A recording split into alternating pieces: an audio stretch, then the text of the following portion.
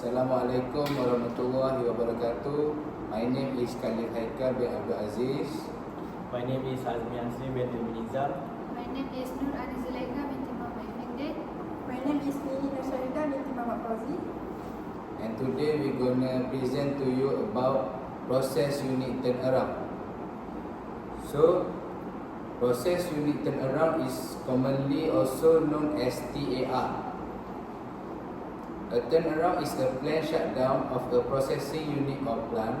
It is scheduled in advance to allow maintenance team to carry out major repairs, inspection, equipment replacement and system upgrade.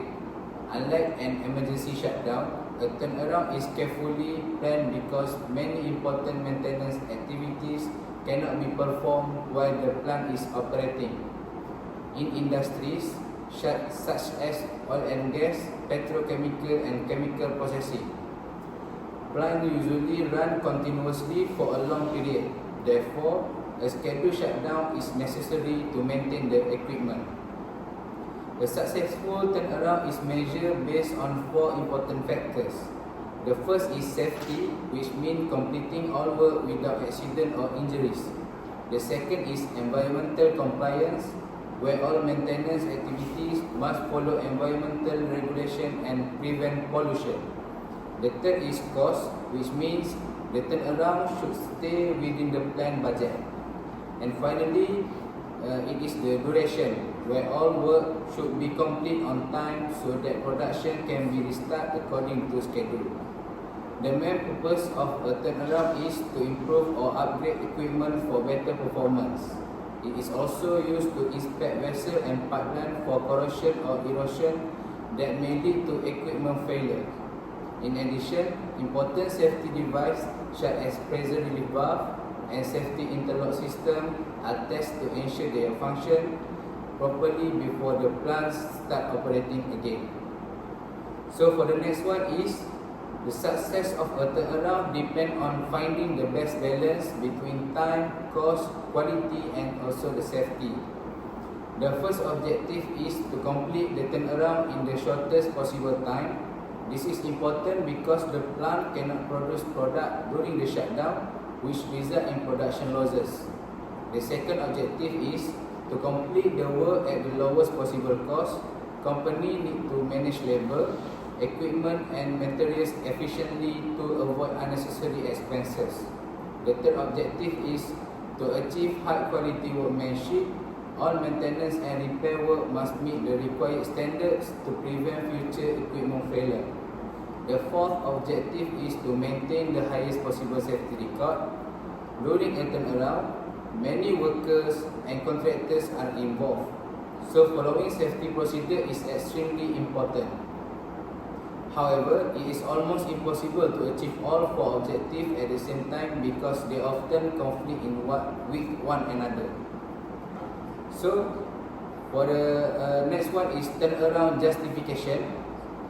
There are several reasons why companies schedule a turnaround. The first reason is that all or worn out equipment may cause unexpected breakdowns. If these problems are ignored, they can stop production unexpectedly and lead to expensive emergency repairs. The second reason is to maintain product quality and plant safety. Damaged or aging equipment can reduce product quality and create safety hazard for workers. The third reason is to install new equipment or replace obsolete equipment with newer technology. And for the last one is additional turnaround justification. Besides repairing damaged equipment, management must also set specific goals before starting the turnaround. The first goal is to increase production capacity. By upgrading equipment, the plant can produce more product in a shorter time.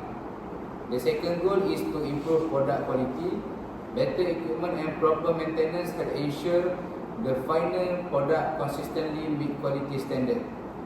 The third goal is to create greater energy efficiency. Modern equipment usually use less electricity and fuel, which reduces energy consumption and operating costs. So for the last one is to reduce unit downtime caused by equipment problem. It is to prevent Maintenance help avoid unexpected breakdown after the plant resume operation. So that's all from me. Three activities: manpower requirement, the optimal sequence for activities, and also estimate time required to do the work.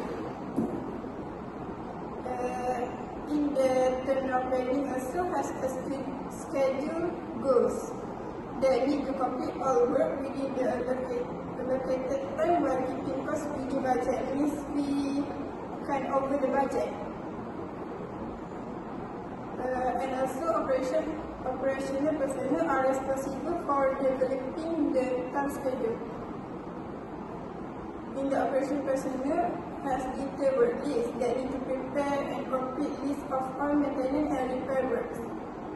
And work order intention that need to issue work order before maintenance begins and checklist for lotto. Lotto is logged out. We must ensure all energy sources are isolated. And blind list, prepare a list of all blind to isolate process equipment. Then utilities plan. We need to plan the requirement activities such as nitrogen, pH, and also steam during the turnaround. Then look out pre-planning, which is valve, switchgear, and blind, and other. Plan all equipment that must be isolated before maintenance begins. The valve, switchgear, and blind is the equipment that we need to isolate before the maintenance. And move to the final detail, tower planning activities. Activities that have in the tower planning. First, finalize tower work list. Confirm the final list of turnaround activities. Finalize detail engineering on all new work. Means complete all engineering drawing and design for new work. Develop specific critical path schedule. That we must to prepare the critical path schedule for important activity like critical path for work that important and also work that easy to handle. And then order certain material item, order material that can be delivered quickly. Then pre-fabricate piping from DT drawing. Fabricate piping is advanced based on engineering drawing. Stop. Tool trailer for the various craft. We need to prepare and store all tools required by different maintenance teams. Update blind list. Blind list is an iron item. So we need to update the blind list before the turnaround begins. Schedule and conduct pre-tar meeting. Before all the activity, we must schedule first to arrange the work and also the meeting. Then conduct technician briefing and training. Brief and train technician before maintenance work to make sure all the workers will know their work. Then review task scope, special project, goals, procedure, and reverse when necessary. To review the turnaround scope, objective, procedure, and special project treatment. Set task safety and housekeeping policies. Establish safety rules and housekeeping requirements during the turnaround. Review shutdown procedure and provide training to ensure all technicians are familiar with shutdown procedure. To review shutdown procedure and train technicians to ensure they understand the correct shutdown process. Then create works. Force, schedule and assignment to prepare work schedule and assign tasks to all workers. Lastly, establish and review the critical path plan to develop and review the critical path plan to ensure important work is complete on the time. First, let's look at section 7.6 activities during turnaround. Turnaround work officially begins with the handover phase. The process unit is only handed over to the maintenance team after it is completely shut down. First, isolate using blinds and strictly lock and tagged for safety, commonly known as LOTO. Once the unit is safe to enter, the main activities commence. These include testing and inspecting the equipment, conducting preventive maintenance to prevent future breakdowns, cleaning and repairing equipment and pipes, modifying existing systems, installing new equipment, and completing major project works. Moving on to section 7.6.1, testing and inspection. This phase strictly focuses on checking the health and safety of the plant to warrant total operationally integrity before restarting. There are 4 critical areas we focus on during inspection. 1. Safety and process interlock. Technician perform function check to verify that these automatic safety stops are working correctly. Second, pressure relief and safety valve. These are thoroughly tested and inspected to prevent and catastrophic overpressurization events. Third, corrosion and erosion. We actively look for any internal or external signs of rust and wear caused by chemical flows. And the last, mechanical fatigue. Finally, we inspect all tank and piping for structural weakness caused by stress or operational wear. Lastly, we focus on component replacement and tank maintenance to ensure long-term operational reliability until the next turnaround cycle. This is divided into 2 main categories. One, for the first, component replacement. We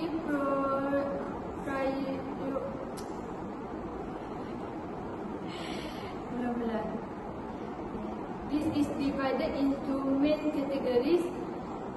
For the first, component replacement, we prioritize high-wear parts.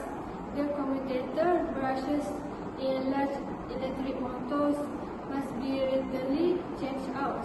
Additionally, components that naturally degrade over time, such as bearings, packing, and rings, on all rotating and reciprocating equipment must be thoroughly inspected and replaced. For the last one, tank maintenance.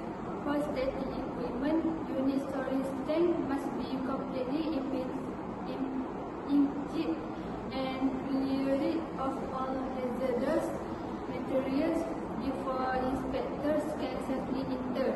While the tank are offline, related components like the tank insulation, internal lining, and floating roof seal are replaced as needed. That's all for me. The next is modification of existing equipment. Modification of existing equipment is done when the current equipment no longer perform efficiently or cannot meet the process requirement, which is the reason is equipment does not work as originally designed. Secondly is existing equipment is no longer suitable for process, which can lead to a bad result. And the third is major modification are carried out to improve in terms of safety, reliability and performance. This section of modification of existing may need to be modified when it no longer perform effectively, is to improve efficiency, solve operational problems and ensure the plant continue to operate safely. And the next is installing a new equipment. During a new equipment installing, a plant turnaround to improve plant performance or increase production capacity, which is there are 4 reasons. The first one is new equipment must be prepared before the shutdown.